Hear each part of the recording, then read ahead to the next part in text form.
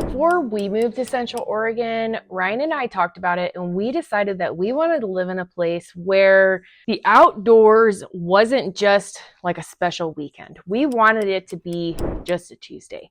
And I've been here long enough now where I can tell you whether or not that panned out, though not always in a way that we expected it to. There's a version of Central Oregon that exists in relocation content, and it's usually like epic drone videos of Smith Rock and the people climbing Smith Rock, or like somebody heli skiing out of a helicopter onto Mount Bachelor, or like paddleboarding down the Deschutes, or some crazy like mountain biking fast crazy trail. And all of that is real. And it happens here every single day. It's just not how most of us interact with the outdoors on a regular basis. The day-to-day is quite a bit quieter. And if you're asking me, it's a little bit better. For us, it usually starts really close to home. We live just a couple doors down from the Dry Canyon Trail, and that runs directly through the middle of Redmond. It's the kind of place that you end up after dinner on a Tuesday or first thing in the morning on a Sunday, walking the dogs, didn't plan it, just thought you'd head out to the canyon. It's a trail system that is kept up really nicely. It's paved, and there's also these dirt trails on the side that you can ride a bike on, or you can walk on, or some people I've seen trail ride out there. You immediately decompress the moment that you get into the canyon, and it always reminds me of that cheesy line from all the books these days where you let go of that breath that you didn't know you were holding. So this isn't like a destination. It's just part of living here, and that is kind of the whole point. Then there are days where you want more. You want tall trees. You want cold water. You want very little people. And you want the kind of space and peace and quiet that really centers you. We pull-ins call that squirreling up into the mountains. You just point your truck to the Cascades and you go find something. And what happens when you get there is kind of this like feeling you get. And the only way that I really know how to describe it is it's like a low buzz or a hum in your chest. And it's really exciting, but it's also calming at the same time.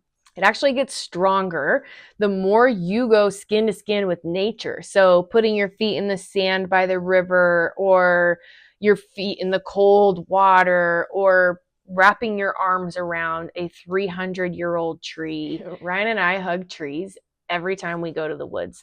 Every time before we leave, we go over there and we hug a tree, and I'm not really embarrassed about it.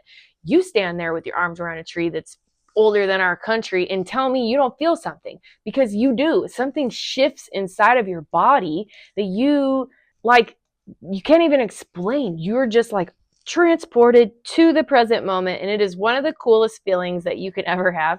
You're just there, and that's rare. That is something that makes one of the reasons of being in Central Oregon 100% worth it. I'll tell you about some of the places that we go, because I think the specificity matters in the location of destinations of Central Oregon. Oregon is beautiful. We know there's lots of forests, lots of trees, lots of rivers, lots of streams, blah, blah, blah. Okay, but there are a couple places that we've really enjoyed.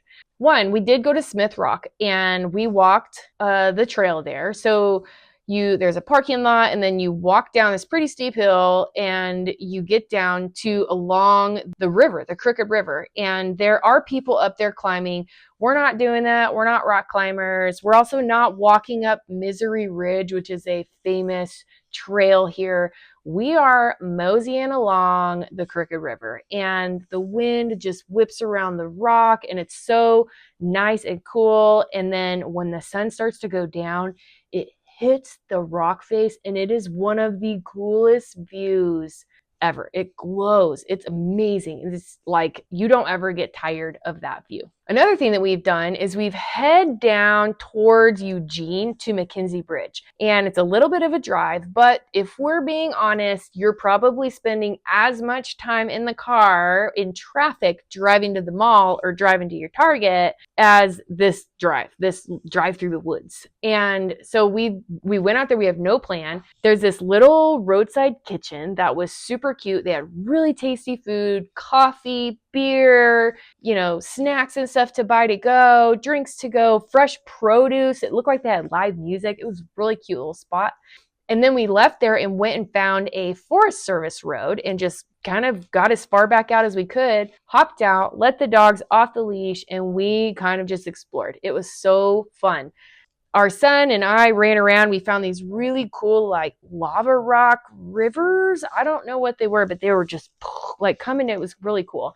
And Ryan popped up the drone and we looked around. It was awesome. We spent like a couple hours out there hanging out, and then we came home. Another fun one that we've done just as a day trip is Steelhead Falls. And this one doesn't actually show up in a lot of the relocation content online. It's a little bit of a hidden gem, but I'll tell you about it. So Steelhead Falls is, I don't know, maybe 20 minutes from Redmond, and it's this little hike down. It does have these steps at the beginning, and you can hear the river before you actually see it, and then you see it and you get excited.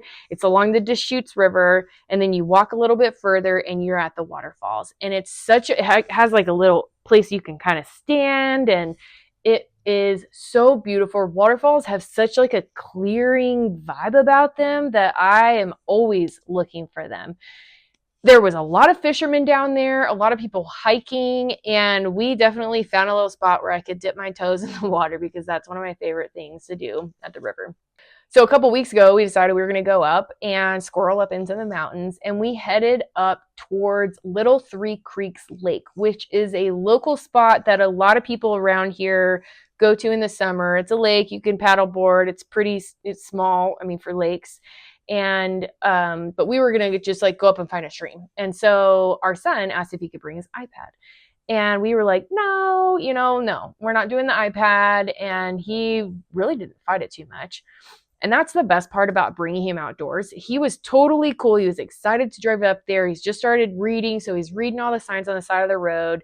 And the best part is when he actually gets out into the wilderness, his face just changes. It lights up in a way that I have only seen this happen in the woods. At one point in our wandering, he looked at us and he said that he likes the outdoors more than his iPad, which made Ryan and I totally chuckle, look at each other, but it also reaffirmed that we are living in the right place. We love that he loves what we love, and that the simple outdoors is more than enough, that we don't have to convince him or bribe him, that he is just willing to go along for the ride. And that right there is worth more than any zip code, any square footage, or any school rating. So something else to think about, and I want to throw it out there because I feel like a lot of the relocation content usually misses this. You aren't going to be moving to a place that has like a wide restaurant selection or any sort of shopping mall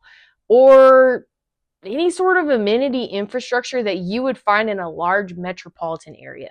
Bend is our big city, and it fills some of the gaps of that for us. It's 15 or 20 minutes away, but if your current life is revolving around being able to go to Costco, Target, and your favorite Ethiopian restaurant all within 10 minutes, the adjustment's going to be real. What you're gaining is actually harder to quantify, but it's easier to feel. The pace is different. The sky is bigger. The mountains are always there. You leave your house on a weekday evening and within 45 minutes, you're standing next to or in a chill mountain stream. It is amazing. Your kids grow up thinking that this is normal, that the outdoors is like where you go, not just for a special occasion. For people that have been telling themselves for years that they want to live somewhere like this, Redmond tends to deliver on the version they actually imagined, not the Instagram version, like the real one. I am a real estate broker here in Central Oregon, but I actually live here and I do these things. The Tuesday evening canyon walks, the squirreling up the mountains, the sitting next to the creeks, putting our feet in the water, no agenda, the tree hugging. I'm not describing a lifestyle that I'm marketing. I'm describing a random Tuesday. If you are in the research phase of a potential move to Central Oregon and you want a real conversation about whether this place is actually what you're looking for, not a sales pitch, the truth, I'm happy to have it with you. You can find me at soldincentraloregon.com, or the link is in the description below. And if you watch my Start Here video and you want to know more about what life here actually looks like day to day, stick around. That's what this whole channel is. I'm Diana, and I'll see you in the next one.